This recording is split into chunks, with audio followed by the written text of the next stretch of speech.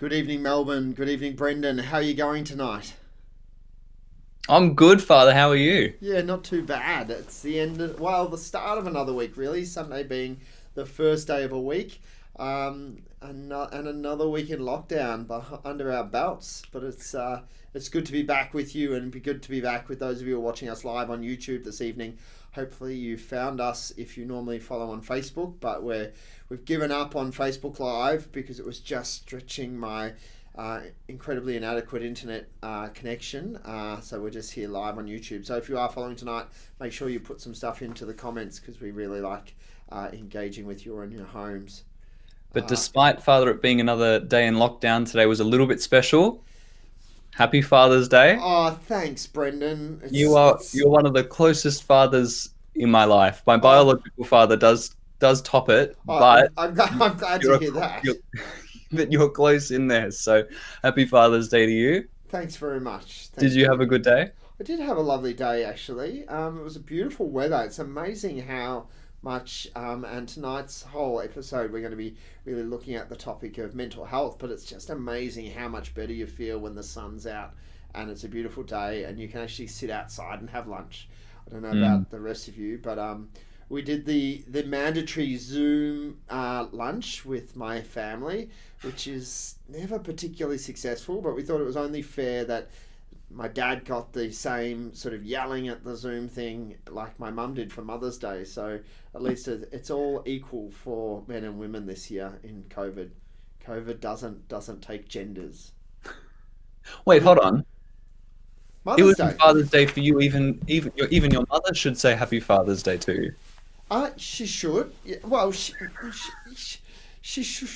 Yeah, well, she might. You never know. Well, you never know. You That's it. could. You're still waiting for the gift, I suppose. I am still. I didn't get. No, I did get a gift actually. A couple of my parishioners. Uh, Hello to Shirlene and Jenny if they're Oh, listening. Yesterday they dropped in a lovely Hawthorn face mask, COVID safe oh, oh, face that's cool. mask. The Hawks aren't doing too well this season. Well, One no. of my other parishioners during the week said, "Oh, well, at least we have football." And then she said, "Except for you, Father, because if you watch the Hawks, you probably get a little bit more depressed." So, um, yeah, Hawks aren't doing too well at the moment. So, what did you do for Father's Day? For Father's Day, I just ate some KFC for dinner for Dad. It was so good. Dirty bird, the old dirty bird, hey? Yeah, that's it. I'm designated for this little challenge that we're doing at the moment to have one cheat meal or one cheat dinner a week. That was the cheat And that dinner. was it. Well, That was it. we did early on in the series. We did takeaway food, didn't we? Top five takeaway food. So Did we? I think so. I had for my cheat meal, which was last night. I had Yo My Goodness for my cheat meal. So Yes. um, Is that a so burger place? yeah, burgers, good What'd you burgers get? here in the eastern Mac and suburbs. cheeseburger. Just a sort of double burger, just a good old burger. Oh, Jerry, thanks. In the com box, she's sending me a virtual plant for Father's Oh, Day. that's That's nice. lovely. I'm pretty sure that was for me, not for you, Brendan. But you never Oh, know. So we oh, obviously had a great I'm trivia night on Friday heartbroken. night as well. So big shout out to those of you who are joining us. I think there was about 60 participants all up over Zoom. It was pretty hectic there at some point. We were trying to do breakout rooms and games and trivia all in one rowdy sort of Friday evening. But hopefully it broke up your COVID week a little bit by catching up with some other young Catholics. But it was a great night. And you were there. Did your team didn't win though, Brendan? Oh, Did they? oh, our team did wonderfully. Did they? We didn't win. I'm not even sure if we got in the top 50, but the mighty Zoomers, I think we did really well, and I'm proud of them all. The mighty Zoomers. And of course, we've had the big announcement today from the Premier. We've been waiting all week to see the roadmap out of COVID. What did you think of it? Got an extra hour. Got an extra hour with Two curfew. 2 hours worth of exercise a day. Oh, that's it. Oh, so the extra hour of exercise, that's good. That now can extend my runs from 1 hour to two. I'm not doing runs at the moment, actually. But yeah, 2 hours is nice, and then an extra hour for curfew as well. That's a big one. Yes, yes. Was kind of hoping for that to kind of woo, see you later, but it is what it is, Father. I think most people are expecting obviously the extra couple of weeks of lockdown. I don't think that came as a dramatic surprise, and I think the obvious leak earlier in the week sort of was a pretty appropriately timed leak to sort of soften the waters. But it doesn't make any less sort of disappointing, because it seems with this thing that every time we think we're getting somewhere, sort of we just get pushed back a little bit further. So the idea for people of another couple of weeks of sort of really hard lockdown, but then 3 or 4 weeks after that again of what I suppose is pretty much level 3, is probably going to be challenging for a few people. And I know obviously so many people really disappointed that churches aren't open. Jerry's putting in the com box even open for personal prayer, which I suppose is really disappointing. And I think you only have had to have been to a supermarket or a shopping centre in the last couple of days and seen sort of how crowded a shop can be, and that it's still disappointing that I suppose as a society we don't value or put a value on the ability of people to gather in places of worship of all types for their own self-care and for their own spiritual well-being. So I suppose that's what I was disappointed in seeing that really it probably won't be until I suppose stage 3 or phase 3 or whatever it is of this new sort of roadmap that we'll even be looking at opening our churches again, which I know will be very disappointing for people. No, that's right. But I think knowing that the Lord is still in control and that no government has power that he hasn't allowed them to have, as Christ says in the Bible. So I think that maintaining hope and trust in the Lord, and I think that, really kind of taking it as it comes and following his will and what he's kind of directing us to do is super important during this time. But absolutely, it is heartbreaking. Yeah. So Primrose is in the comments and she's just asked what's happening with Mass.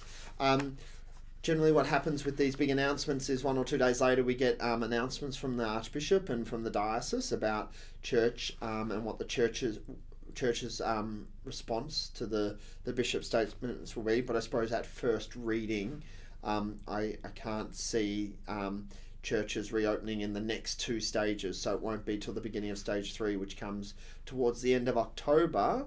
I suppose at first reading of the rules that churches would be able to be open for small congregations. Now I hope I'm wrong with that. I hope that as the days progress there might be some sort of relaxing or sort of nuance put in the rules, because there was no direct mention of churches at this stage. So I suppose that's where we just presume until we hear otherwise that we don't reopen.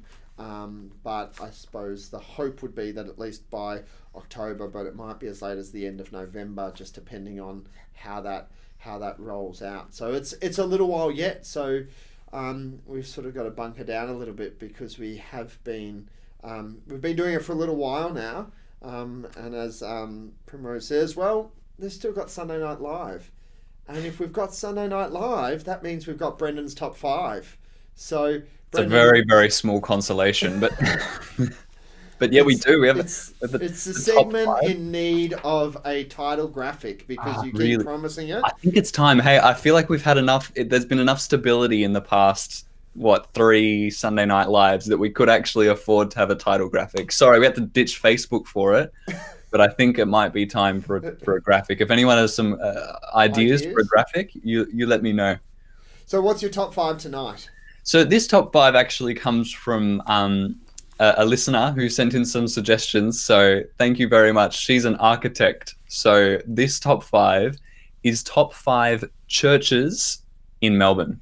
Here we go. Now, Titan Animation, who joined us last week and was throwing a bit of shade in your direction, Brendan, has just said that he's preparing for a facepalm, because normally your top 5, you give us the title and then we say, at number 5, and I think last week you had to actually run off screen to get your notes. Do you have your notes? I have my notes this week, so okay. Top 5 guys. churches in Melbourne. This is going to be the most professional Brendan's top 5 that you've seen, bar next week's when we have a title graphic, if I get some suggestions and recommendations. All right, so this week, obviously, as always, the top 1 is top 1 for a reason, but otherwise the bottom 4 you can mix and match. They're there because they're special to me. I'm not an architect. I think I do sort of have somewhat of an eye for design, but a lot of these that I've chosen because I do think it is a beautiful church, but also because it holds some significance to me in my life, and in my faith as a Catholic, and has been very particular points in my life of why some of these are on the top 5 list. So number 5 is my home parish, which is in Werribee, St Andrews. St Andrews, yeah. It's actually a very beautiful church. I don't. Again, I wish I was an architect, and I wish that I had paid more attention to when it was built. But it's a fairly old church. It has a beautiful high altar, and the stained glass windows are lovely. There's a beautiful stained glass window of our Lord with the crown of thorns around his head. I hope that I'm remembering this right. I think it is, yeah. And it's been too long since I've been there. And yeah, it's a very beautiful church. It's where I was baptized and confirmed and received my first Holy Communion when I converted to the Catholic faith, which was in 2012, September 2012. Beautiful. So that's my number 5. Okay, that's St Andrews Werribee. We've got a few suggestions in the comments. The Bendigo Cathedral, Sacred Heart Bendigo. So not exactly in Melbourne, but William will take it as a notable mention. I think it's beautiful and a really wonderful example of Gothic architecture, and the windows and the glass in that, especially in the middle of the day, is absolutely stunning. Great suggestion. Brendan, number 4. Well, Bendigo, I'll actually skip to Bendigo. Bendigo was supposed to be number 2, but it's interchangeable. So number 4 is Bendigo's Cathedral. I know it's not in Melbourne, but it is incredibly beautiful. And I realized how beautiful it was that after a pilgrimage that I did, it's the Christus Rex pilgrimage. Back the first time I did it was in 2018. And after receiving Holy Communion, I'm walking back to my pew, and there's incense like going throughout the air, and the sunlight was perfectly coming through those golden windows. It's that mass, and walking back was like one of the closest experiences I've had to feeling like I'm in heaven. It's so like, Christus Rex, is that Ballarat to Bendigo, Bendigo to Ballarat? I've never done it, but yeah, Ballarat to Bendigo. Okay, on foot. How many kilometres On is that? foot, 90 kilometers. 90 kilometres, okay. So back in the day, back before Camino, that was by far the most difficult, grueling physical experience, because it was 30 Ks a day that you walk. So it's still a decent, maybe it doesn't quite have anything on the Camino, but you get a taste of what it is to get a pilgrimage experience in Melbourne. Yeah. That happens. So it happens once a year, October or November. So I think it's end of October. And I highly recommend. It's like such good memories, and that particular moment of walking back, seeing the sunlight coming through those stained glass windows. So that's why it's on number 4. Beautiful. So you've got Werribee and Bendigo. Are you going to pick a church in Melbourne at any point this evening? Excuse me, wait, hold on. Werribee is in Melbourne. Don't cut us out. We're very much a part of Melbourne. All right. Number 3 is St Mary's Star of the Sea. Yeah. In West Melbourne. And that is there because of how beautiful it is. Like, it's just stunning. Like, it's a very, very beautiful church. And if you haven't seen it before, there have been some really good like photography work done on it as well. So go check that out on Google. The hot pink paint job was probably, it's toned down in the last 10 years since it went up. It probably went up. It's 15 years now, but it was a bit bright early on, but they promised it would fade, and it has faded over the years, and it's become a little less highlighter pink to the eye. But okay, well, yeah, no, it has helped. Yeah, that's right. It is very pink, but it's very beautiful. And some of us are old enough to remember it before the renovation, so really, wow. Really what colour was it before? Sorry? What colour was it before? Oh, this really sort of dark, dirty, mottled green sort of. It was just, terrible. And the windows were dirty. The windows were sort of covered in soot, so it was dark. It was nowhere near as stunningly bright as it is now. Okay, so we've got St Andrews, Bendigo Cathedral, St Mary's Star of the Sea. Number 2. Number 2 is there because of it's close to my heart, and it's St Aloysius. It was previously number 4, but I've swapped it around with Bendigo. St Aloysius in Caulfield was actually the first Catholic church that I ever stepped into. Yeah. Back when I was, how old was I? Probably 10. I think, when I stepped into it. So my earliest memories of the Catholic faith, I walked in as a Protestant at 10 years old, um, and just being like, what is going on? What are the statues here? What is this service? Like, I was a very new and crazy experience. But whenever I go back there, it's just like kind of this wave of memory from when I was so young. So that's a beautiful church. That's close to my heart. That's number two. And lucky last, number one, top of Number the one, list. which is there for a reason, because I honestly, there was a moment as I was kneeling here that I realized how much it felt like home. Like it really felt like home. And that's St. Patrick's Cathedral in Melbourne. Yeah, it was a moment just in holy hour when I was kneeling there, and I'm like, I love this place. Like, I actually love this place, and it feels like home. Like, it feels like this is right where I'm supposed to be. And Holy Hour is a beautiful event that happens weekly in Melbourne when lockdown's not When occurring. we're not locked down.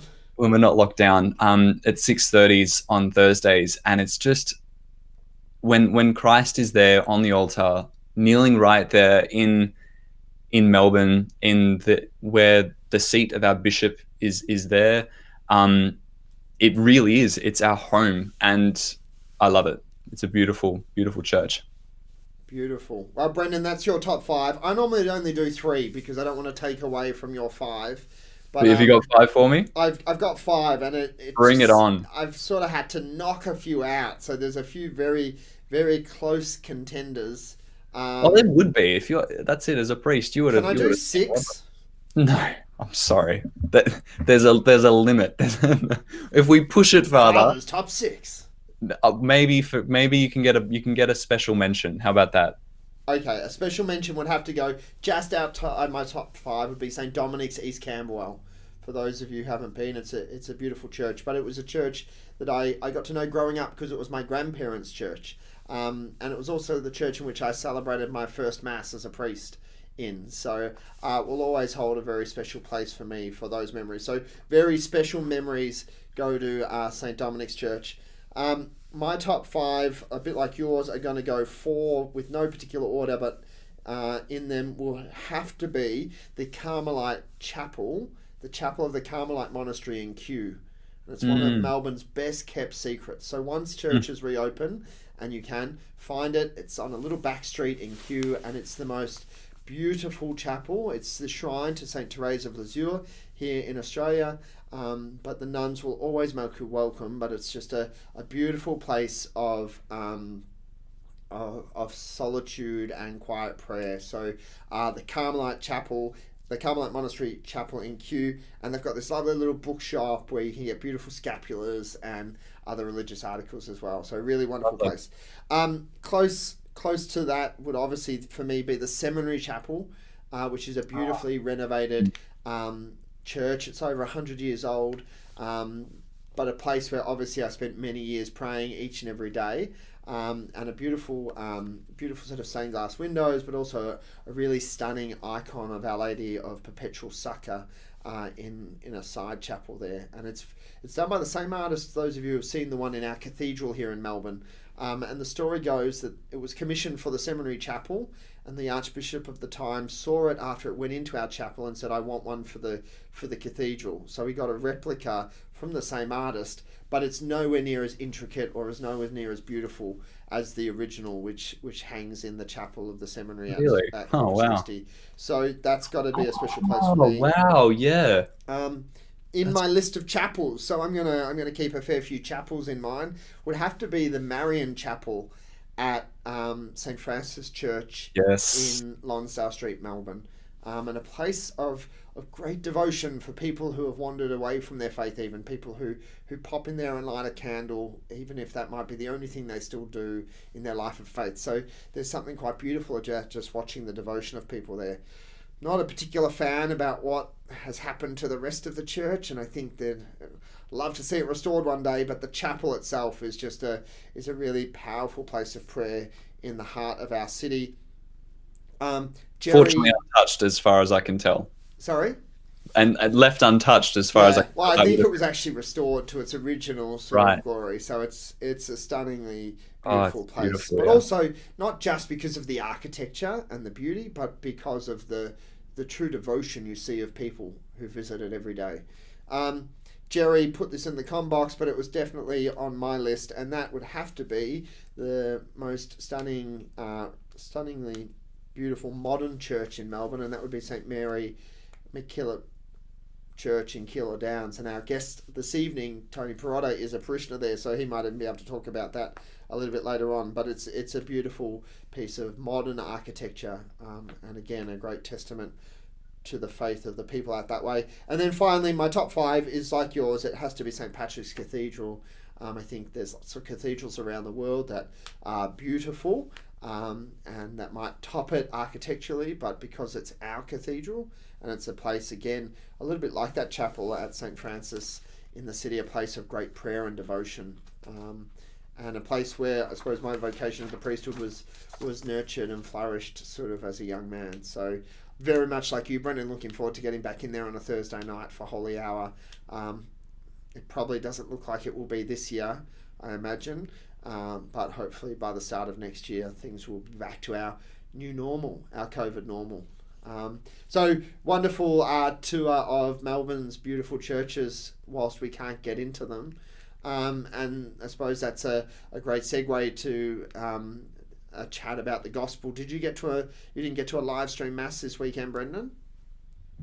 No, I didn't listen to a live stream mass, but I've seen what the gospel is, and it's a very good gospel this week. Yeah, it's again we're sort of following this trail of Jesus and the apostles and him giving them sort of tough teachings, and this is the one on forgiveness, but not only about, I suppose, the forgiveness that they receive, but the forgiveness that they've got to dish out and the correction that they've got to give out and dish out to others. Did you have any thoughts on it? It's so important, and it's something that we don't do enough. It's something that I think is on a lot of our hearts, but that we don't do enough. And I think that this gospel is a perfect reminder that this is what Christ is actually calling us to do. And we often think that, we sometimes forget that this is an element of love. It is an element of love to speak to our brothers and to our sisters and to correct them when we think that they've done something wrong. And I think that in our current day and age, in our current very relative world where people think that it's just a matter of opinion, it's sometimes hard to find where that common ground of wrong is. But I think as Catholics, the church has really given us a clear understanding of what right and wrong is. So I think that this particular gospel is so important for us to really let hit our hearts and to start practicing it. And we see, of course, the gospel coupled with the second reading, which is Paul's letter to the Romans, where he tells us this in particular, that this command of love is primary in all our relationships. But that doesn't mean that we don't tell people the truth. And there's a great line Cardinal Ratzinger wrote in a document just before becoming Pope, but he speaks about the fact that we can never be truly pastoral, we can never truly love without telling the truth. Like, withholding the truth from people doesn't help them in love.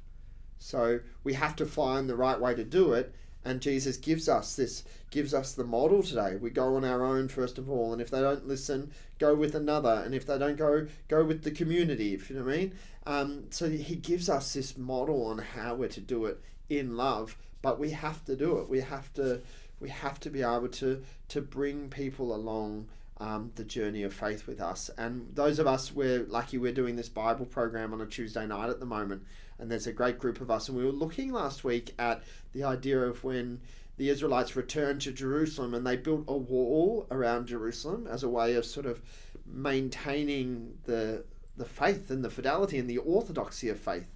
And sometimes we can see walls as something that excludes people, but it's also a way of giving people a solid foundation. And that's where, again, those sometimes often hard teachings of Christ and those sort of more challenging elements of our faith, they're not so much about excluding, but they're giving us clear guidelines So when we're sharing them with people in love, we're not trying to exclude people who've done the wrong thing or keep people away from Christ, but we're trying to help people understand how Christ wants to keep his flock together and protect us and keep us in the church, because it's his wonderful means of salvation. So a very challenging gospel for us, especially when we all, I suppose, spend time living with people, or friends with people, or working with people who don't always share our belief, but it's an important one nonetheless. Another challenge, of course, in these COVID times is the fact that we do live with people lots. And one of the things that people have said to me quite often, some of the older people or families in my parish have sort of said, Father, it's not that I'm worried about isolation, but I'm just getting driven stir crazy by the members of my household. I can't escape, I can't get away. So taking that Lord's command to be patient and love and share the truth in love, and correct our brothers, maybe now's not the exact time to completely fraternally correct or teach in love when you're going to be locked in the house with someone for a great period of time. Almost like it's probably not the right time to start learning the cello. Brendan, how is the cello going? Yeah, Father, I think the connection's really quite weak at the moment. Just kidding. The cello I have decided to take a break. Let's say I have said that I've just completely given up, but I don't. My heart's softened in the past week that I've said that. I think that I'm giving it a break, and it's one of those things with an instrument, and it happened when I was playing the guitar. It needs to be something that you love doing and you actually enjoy the process of learning. So I'm gonna bench it for a little bit. It's sitting there on my right. I'm gonna appreciate how it looks in my room, and then I'm gonna get at it. But thank you for bringing that up. Care and concern. That's it. I think that's you showing, like, I don't know, Fatherly care. Fatherly care. That's it. Thank you. But speaking about fatherly care, obviously it's time for our guest tonight, and we're really glad to have with us Catholic psychologist Tony Pirotta, who is joining us this evening to help us really, I suppose, unpack how we can look after ourselves during this next stage of lockdown, especially since, again, as we said at the start of the show, we were hoping to get out, but we've sort of been told that we're going to be in this for a little bit longer. So we're really glad to welcome him this evening, and he's been waiting patiently there in the waiting room. But thank you, Tony, for being with us tonight. Thank you for the opportunity, Father Nick and Brendan. Good to see you. Thanks for being with us. You've been a Catholic your whole life, but you've been a psychologist for over 20 years now. Can you share with us a little about your practice and what kind of work you do? Yeah, I graduated in 1997, and then I started working as a youth worker. Then I went to work with an employment agency which specialized in assisting people with mental health issues. And that is then when I started my private practice. I've been in private practice now for the last 15 years, and that's my full-time private practice. I run a Christian private practice, and quite a lot of people come to me because of my blending of the Christian faith and psychology.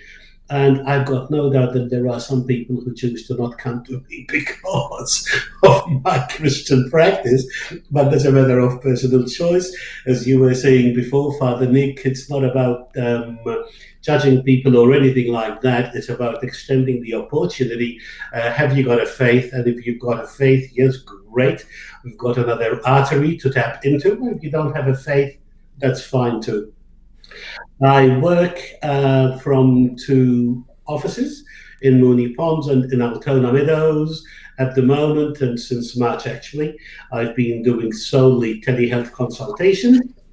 My client groups are individuals who experience depression, anxiety, post-traumatic stress, and I also do a lot of couples work. Couples work is probably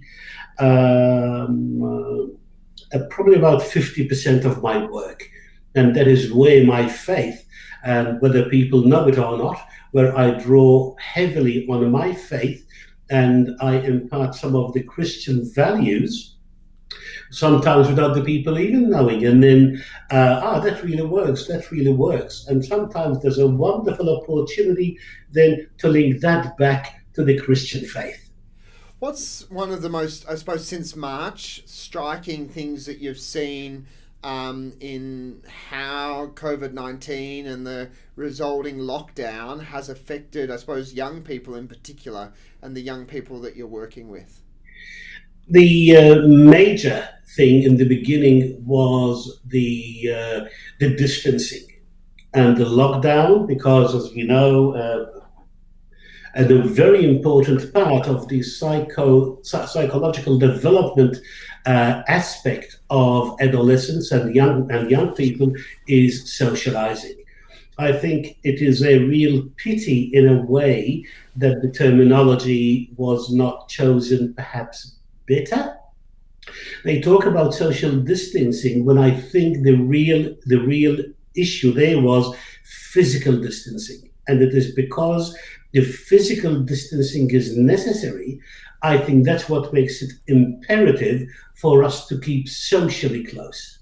So that's one important distinction that I'd like to make between everyone talks, or most people talk about social distancing, and I'd like to talk about how important it is for us to stay socially connected while staying physically distant. The young people who used to come to me, who still do come to me, in the beginning, sort of there was the shock, I can't go anywhere, can't do this, can't do that. But as time went by, people started to get anxious and depressed about not being able to see their friends, about not being able to do their exercise, to socialize. And then it sort of started to increase and manifest itself in quite a fair bit of anxiety and depression, and young people feeling lonely, young people feeling depressed, young people feeling alone. Of course, there was a lot of social connectedness, which was eradicated when the schools closed and the universities closed. And those were the two key manifestations intrapersonally within themselves. And then I think what you were saying before also, Father Nick, there is then the flow-on effect of my mood and how my mood, my state of mind is going to impact on my relationships with those with whom I'm stuck, if I may put it that way, 24/7. If you're listening live this evening and you've got a question for Tony, feel free to pop it into the comments. Tony, if in this last stage of lockdown in particular, the last 4 weeks, this idea of not even being able to leave our homes for more than an hour a day, even for exercise, have you seen a shift again in how people have dealt with that? Like, I joke about Bunnings and how important Bunnings in the last lockdown became to me, because it was one of the few places I was allowed to go, and then to even have Bunnings taken away from me. Have you seen a progression in people's sort of ability to cope as the restrictions have become tighter? Well, look, as a human race, we are very, very intelligent, and we can be very creative. And young people, of course, are much more creative in terms of their capacity to use the internet and to use things that I didn't grow up with, such as social media and things like that. And I think that's great. What I've seen also is more young people socializing virtually. Okay. And what about, I suppose, young people who may have had their hopes set on coming out in the next week or so, and sort of today's announcement? Any advice for a young person who may have been getting ready to sort of start seeing their friends again, and now realizing they've got another 5 or 6 weeks before that's a real reality? Yeah, look, the reality is that we need to live by those guidelines. Number one, it is because they are for our own good. So I think rather than focusing on the limitations, on the restrictions that we all have to live by or should live by, I think it would be a great help if we take personal responsibility for this. Now, at the end of the day, none of us have to do this. And we've seen, unfortunately, a few examples of people who chose to not do this, to their own peril, of course. So rather than feeling coerced that I can't see my friends for another 2-3 weeks, whatever the case may be, the reality is that if I want to break the law, I can. But I choose not to for my own benefit. And that is giving ourselves a sense of control over the situation, okay, in the sense that it's like people who say, who stop smoking, who stop drinking. If one thinks, oh, I can't have a smoke or I can't have a drink because of my partner, that is a negative viewpoint. But if you say, okay, I will choose not to smoke, not to drink, because there are benefits in it for me. And in relationships, of course, then one of those is the improvement in the relationship and the partner knowing, okay, he has or she has, in part, done it for me. And I think that sense of control, especially for young people, is we desire. And I think for a lot of us, because we're young, we feel like we need to be planning things. We want to have goals and things to set for the future. What would be some of your advice for young people in terms of setting goals and planning for the future? Sure. So this brings us to another very important point. Thanks, Brendan. The issue of what we need to focus on. Now, we can focus on things that are beyond our control, and when we do that, again, we do so to our own detriment. We can all complain, and I can understand that, that we're not living in the best of times. So the idea there would be then for us to take more control, and by deciding, okay, whatever is outside of my control, I can stay awake at night about, I can worry about, I can get cranky about, I can get angry, I can get annoyed. But what is that going to change? Nothing, but probably ending up in a deterioration in my mental health. So an important area of control, I think, is by trying to focus on what I know is within my control.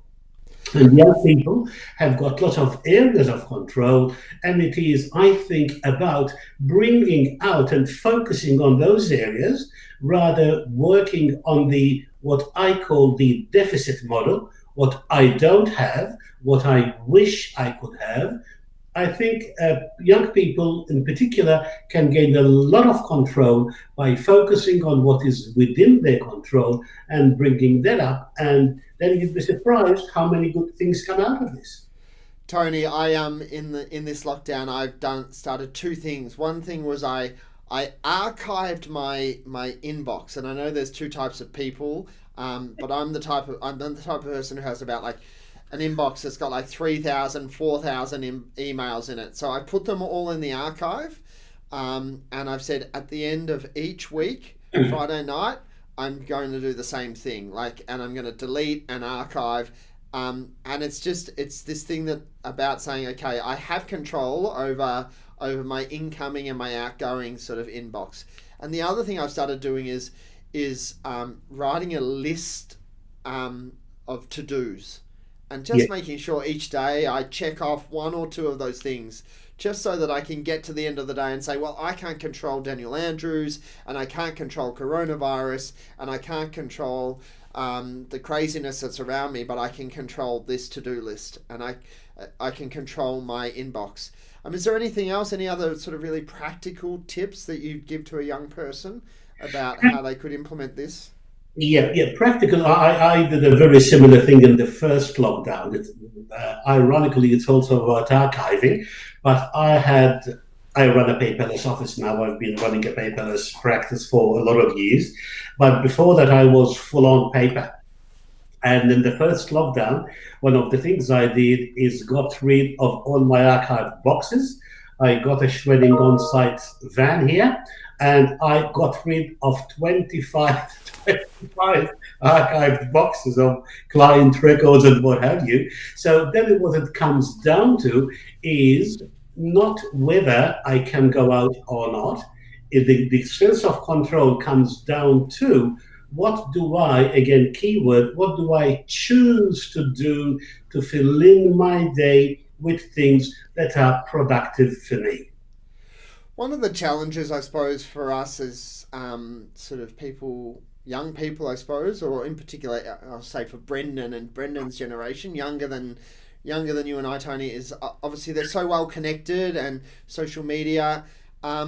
What happens, any advice for a young person who may be struggling a little bit themselves, but they're looking around their peer group and everybody else seems to be flying along and not struggling? Any advice for a young person in that situation? Absolutely. I think there's only one word for all this, and that is talk, talk, talk. Because if I am not feeling okay within myself, number one, what I need to do is give myself permission to feel the way I do. Because we need to understand that none of us listening to this podcast tonight, or whoever will be listening to it in the near future, none of us have lived through anything like this before. These are all uncharted waters. So then the idea is talk, talk, talk. Now, if I am feeling unwell and you are feeling unwell, Father Nick, and you don't tell me, and you are feeling unwell, Brendan, and you don't tell me, and I'm feeling unwell and I don't share it with either of you, we are all lying to each other in a way. And again, it comes back to what you were saying before, Father Nick, about sometimes our conversations need to be factual and need to be honest. Now, it is difficult, and I understand, especially to talk about mental health. If I'm a young bloke or a young woman, then am I going to share with my friends that I'm not feeling mentally okay?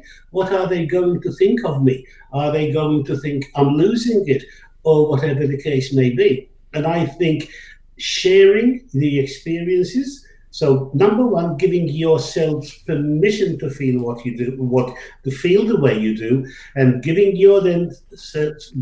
them yourself permission to share those feelings, not with everybody around you, but with people who you know you can trust, and with people who are going to show empathy and care and love and understanding, and most importantly, people who are not going to judge you. And then one of the beautiful reciprocal effects there is that if I feel safe sharing with you, I hope that in my sharing, you feel also comfortable sharing with me, and that's where the give and take process can happen. So the short answer is talk, share, talk, share, talk, share. Because if we all shrouded in mystery, we are all walking around with this illusion in our head that everyone else is coping except me. In actual fact, it's not that everyone else is coping. It seems like everyone else is coping, but the reality, it's not because they are coping, but because they are not talking about it. We had Father John Corrigan on last week, and he was talking about the fact that it was important to acknowledge that there's a bit of grief going on, and this is sort of what you're saying. None of us have been through this before. This is the first time for everything. I think and this is, I think, a little bit of a stigma that maybe stops people reaching out for help sometimes, is just because you're not feeling well now doesn't mean you're necessarily sort of mentally ill. It means that this current circumstance and this environment in which you find yourself is making you not feel well.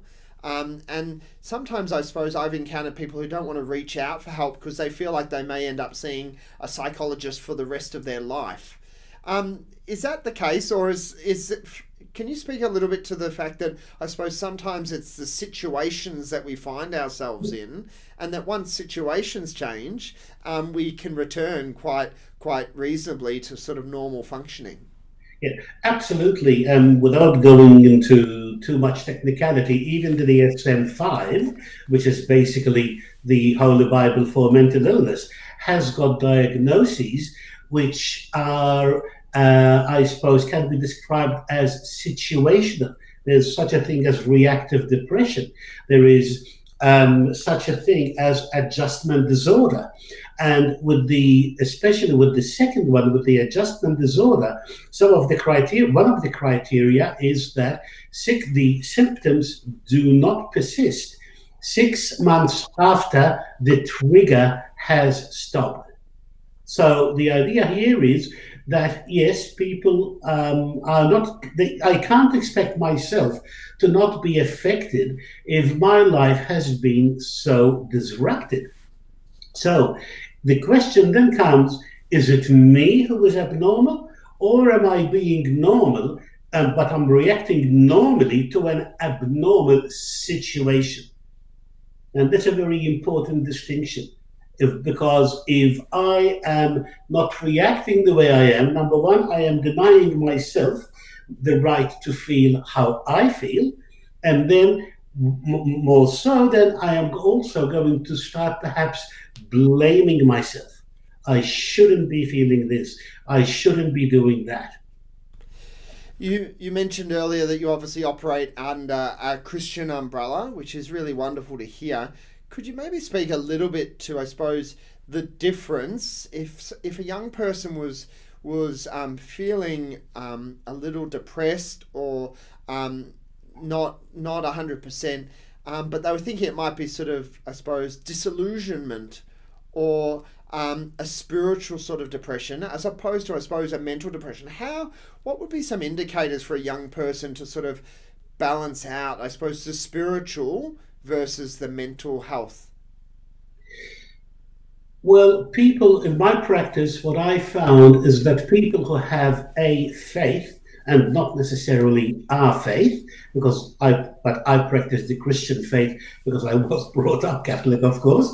What I found is that people who have a faith typically do better in their recovery, and their recovery is more sustainable than people who choose to not partake to a faith. Why? Because we know, from a Catholic perspective, we know that God is the God of mercy, God is the God of hope, God is the God of love. And as you were saying, Brendan, before, God is the God who we need to trust in our daily lives. And this is where I think that from a spiritual perspective, if I'm starting to feel perhaps that my spiritual life, my prayer life, my faith are starting to get a few bruises, so to speak, and my volition to pray, not to go to mass physically at the moment, of course, but if I'm starting to feel spiritually disconnected, I think the best psychologist, the best psychiatrist, the best medication would be to return to the God of mercy, God of love, who is always there with our hands open. And yes, I suggest to my clients who have, let's say, the Christian faith, say, yeah, when you pray to God, you tell him that you're not happy. We need to thank God. That's again a part of being honest in our relationship with God. And with God, of course, there is no point in being dishonest because he knows how we are from head to toe. So what I suggest to clients is, yeah, okay, I'm not too pleased with today with you, Lord, because so on and so forth. And to me, I speak subject to correction, of course, Father Nick here, you're the expert here. To me, I think that connection is very important. It helps build that really honest relationship with God. Yeah, definitely. Brendan? Tony, what's some good I suppose mental health practices to keep up during this time of lockdown? Mental health practices, I think it's very important. So if I may unpack sort of mental health a little bit. mental health refers to not just being cognitively, mentally healthy, but also about being emotionally and physically healthy, about feeling socially healthy, and about feeling spiritually healthy. So there are those really four domains, five if you want to separate the emotional and the physical, that all contribute to good mental health. And I think one of the important things is to seek things that stimulate you in a positive way and in an empowering way, okay? Things that are mentally stimulating. So perhaps doing, I don't know, doing jigsaw puzzles, doing word or number puzzles and stuff like that. Sharing some of those experiences with others. Another one can be being kind to yourself. And an important aspect of being kind to yourself is, as I was saying before, giving yourself permission to feel. And if someone comes to you or says to you, you shouldn't be feeling that way, well, at the end of the day, that is my reality. And if I want to be true to myself and true in my relationship to God, if today I'm having what I call a pancake day, a flat day, I'm low in mood, whatever yeah, the Lord knows it anyway. So whether I tell him or not, he's going to know it. So there also, it's important perhaps to try, and under lockdown this can be a little bit challenging, find a little place, an area for you in your home where that becomes your inner sanctum. Whether it be your favorite armchair, preferably not your bedroom because you've already spent enough time in there. Writing a journal, writing your feelings, and I understand and I respect the fact that not everyone is as prepared to share their inner feelings with others, especially at the risk of sounding sexist here, but that's the reality, especially men, because men typically and traditionally have not been used to talking about their feelings. So if there are people out there who find it difficult to open up to others about their emotion, they can write about their emotions. What I suggest is they can either word process on their laptops or computers, but preferably writing is better because we do not write anywhere near as fast as we type. So the writing then will force us to slow down thinking processing, meaning that then we are processing that information deeper. Yeah, for young people, again, listening to podcasts, I wouldn't dare say much about this one because that our listeners would put me to shame. So, with their knowledge about technology and social media, perhaps rereading a favorite book in the same way how we re-listen to 100 times to a favorite song. Okay, if there was a particular book, a particular passage from scripture which really resonated with you, reread it and try to turn that into positive feelings. Looking at nature, listen to the birds when you go out walking. One of my favorite activities is listening to what I call the symphony of the birds in the morning, at sunrise, and in the evening at sunset. I don't get to do it that much in winter because at sunset I'm still at work. But again, just being there, being in the moment, which brings us to the next point of the importance of what is called mindfulness. Mindfulness, which means being in the here and in the now. Not worrying too much, not worrying at all about what happened yesterday, not worrying too much and getting too preoccupied with what might happen tomorrow, but being in the here and now. And mindfulness, people think it is a big thing, but in fact, we could do mindfulness with everything and anything.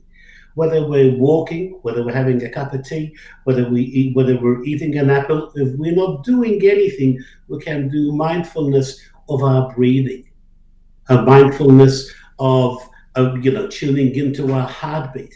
Another thing that we can do also is what's called diaphragmatic breathing. And typically, sort of in common talk, we say, okay, fine, do relaxation breathing. But there is a particular way of breathing, it's called diaphragmatic breathing, which is particularly effective because when we do this particular type of breathing, again, without being too technical, we are activating what is called the nerve endings of what is called the vagus nerve, which has got a lot of interconnectivity in the abdomen. Okay, and one of the functions of the vagus nerve is to send a message to the brain to suppress the anxious response and to stimulate the relaxed response.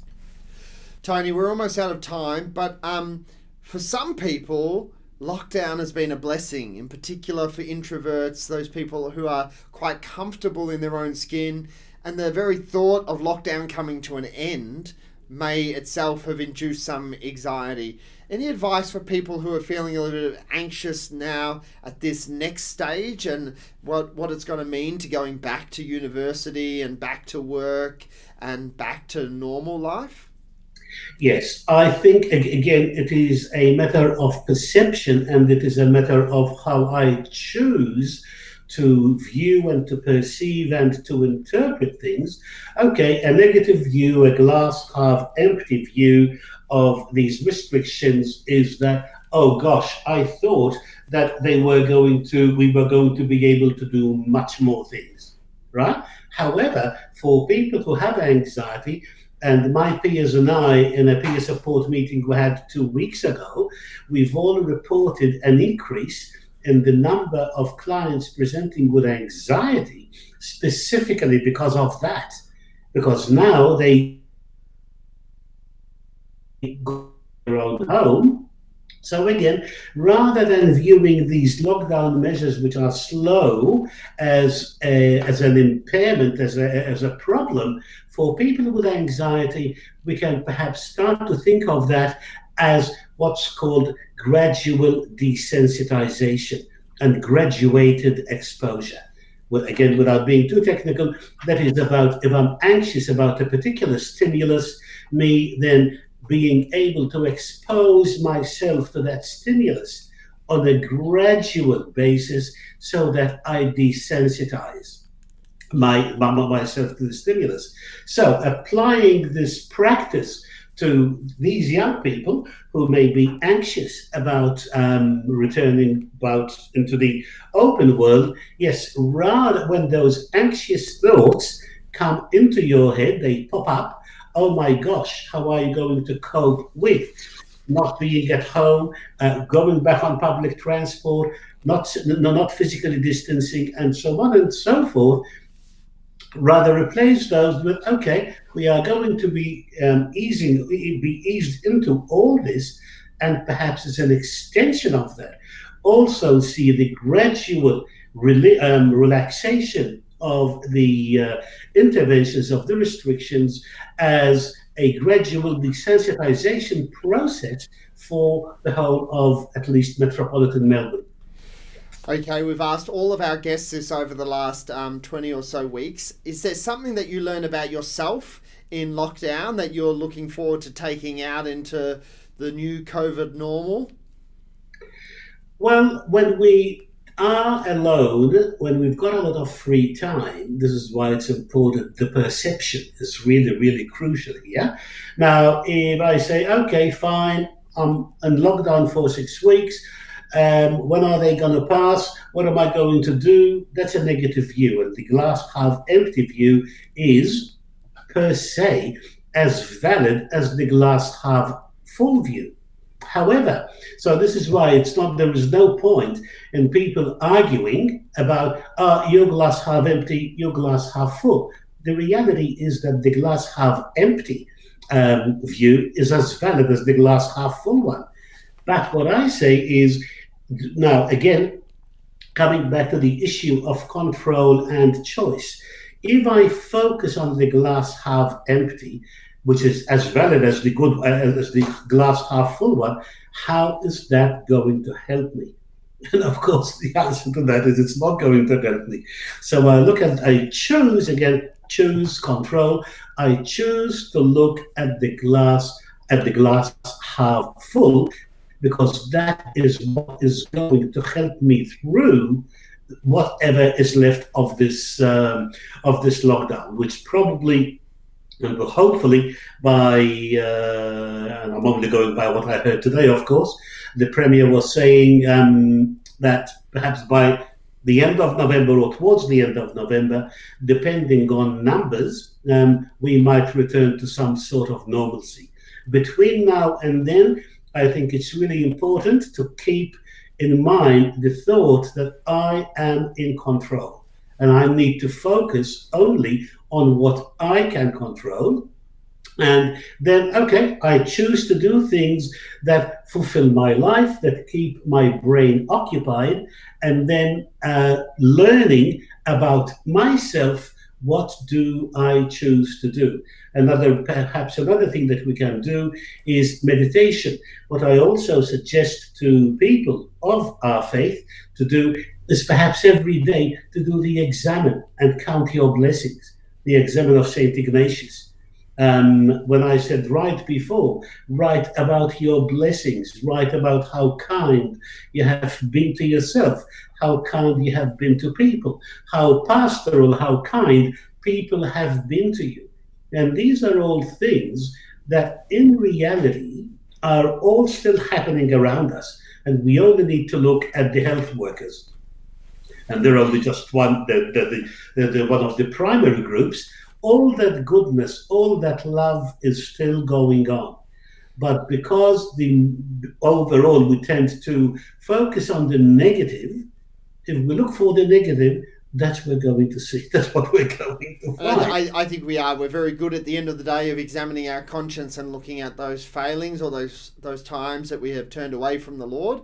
But I agree with you. It's really important that we spend some time actually looking at those times we've used our strengths and our gifts, and that we have received blessings from the Lord and we've given blessings to others as well. So thank you so much for joining us this evening. We've obviously only scratched the surface of mental health, and it's a really important issue to talk about when we come in particular to young people and young people of faith. So hopefully we can have you back on another time soon. But thank you very much, Tony. Thank you for the opportunity, Father Nick. Thank you for the opportunity, Brendan. It's been my privilege to be able to serve in this way, because at the end of the day, we all serve the Lord. And I'm only a phone call or an email away, Father Nick. Cheers. Thanks very much. Cheers. Thanks, Tony. Thank you, Brendan. Thanks for being with us, everyone, tonight. Another full week, another full episode. The hours just come and go, and just like that, Brendan, it's like a wink in the night. It's been good, Father. It's been good. It has been, and it's a really important topic, and I think it's something that we should really be talking a lot more about and be willing to talk about with our family and friends. And as Tony said, sort of reaching out if we're not feeling 100%, finding a trusted person in our life to speak to. If you're listening live tonight, remember to share with your friends the podcast. The details are at melbournepraise.podbean.com. We're also in the Apple Store and the Google Store. Make sure you find our page on Facebook, facebook.com/melbournepraise, and like that. And make sure you join us throughout the week. Remember that I suppose the primary bread and butter of this channel is the rosary and the chaplet each day at 12 and 3, especially for young students, a way of punctuating that day. And a little bit like what Tony was saying, there's not much you can control, but you can control the hours of your day. So hopefully you can join us throughout the week for the rosary and the chaplet as a way of sort of stopping the craziness of a day and just entering into a little prayer. Brendan, good luck with the week ahead. Hopefully you can control the things in your life that need to be controlled, including the cello lessons. That's right. Yeah, we'll see if that happens. But same to you, Father. Cheers. God bless everyone. God bless, Father.